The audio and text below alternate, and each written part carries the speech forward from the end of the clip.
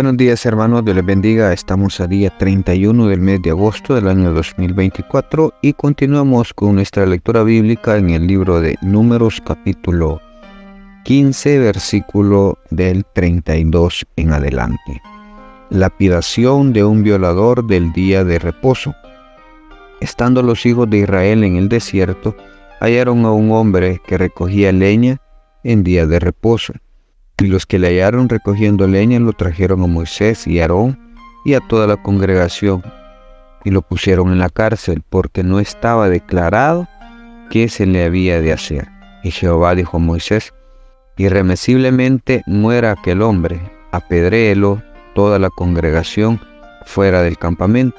Entonces lo sacó la congregación fuera del campamento, y lo apedrearon, y murió como Jehová mandó a Moisés. Franjas en los vestidos. Jehová habló a Moisés diciendo: habla a los hijos de Israel y diles que se hagan franjas en los bordes de sus vestidos por sus generaciones, y pongan en cada franja de los bordes un cordón de azul. Y os servirá de franja para que cuando lo veáis os acordéis de todos los mandamientos de Jehová para ponerlos por obra, y no miréis en pos de vuestro corazón y de vuestros ojos, en pos de los cuales os prostituyáis, para que os acordéis y hagáis todos mis mandamientos, y seáis santos a vuestro Dios. Yo Jehová vuestro Dios, que os saqué de la tierra de Egipto para ser vuestro Dios. Yo Jehová vuestro Dios. Hermanos, estamos ante una de las leyes quizás más difíciles, y hay diversas interpretaciones, pero la ley fue dada exclusivamente, el día de reposo fue dado exclusivamente a los hijos de Israel, a las 12 tribus de Israel en perpetuidad. Y acá vemos cómo la ley se cumple. Día sábado, día de reposo, no había que hacer absolutamente nada. O sea, toda la comida estaba hecha desde un día antes, y ya solo tocaba sentarse y comer. Pues este hombre dice que estaba recogiendo leña, me imagino que era para cocinar. Sin embargo, lo encuentran, lo llevan ante Moisés, lo meten en la cárcel porque aún eso no estaba legislado. Aún en eso Dios no había dado ningún mandamiento sobre qué hacer. Sin embargo, cuando le pregunta Moisés a Jehová, lo que responde pues es que irremisiblemente debe de morir por violar el día sábado. Para el judío, el día sábado es algo sagrado, no se puede hacer ninguna labor porque es estrictamente dedicada a Dios. Pero para nosotros, los gentiles que vivimos bajo la gracia, nuestro día de reposo, o sea, nuestro reposo es Jesucristo. Y dice la palabra que cuando nosotros amamos a Dios, ahí pues estamos cumpliendo la ley, porque a Él lo adoramos en todo momento. A Él lo adoramos en cada cosa buena que hacemos. Es una forma de adorar. En nuestro testimonio es otra forma de adorar a nuestro Dios. Y no hay un día en específico. Lo podemos hacer cualquier día. Es más, todos los días de la semana podemos adorarle.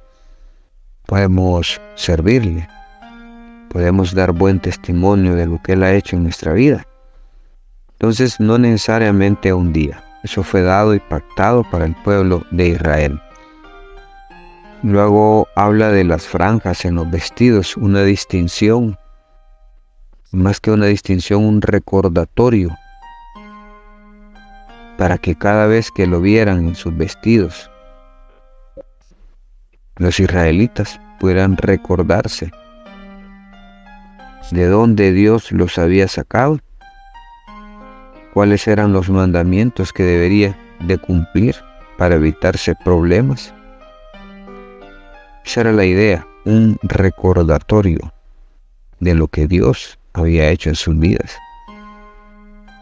Hoy en día, pues eso ya no se usa. Sin embargo, cada día tiene que ser un recordatorio de que nuevas son sus misericordias cada mañana. Y cada mañana que me levanto yo tengo ya esa misericordia recargada para todo el día, para poder identificar en cada momento que hay que hablar con Dios, hay que hablar con nuestro Padre, tener esa comunión.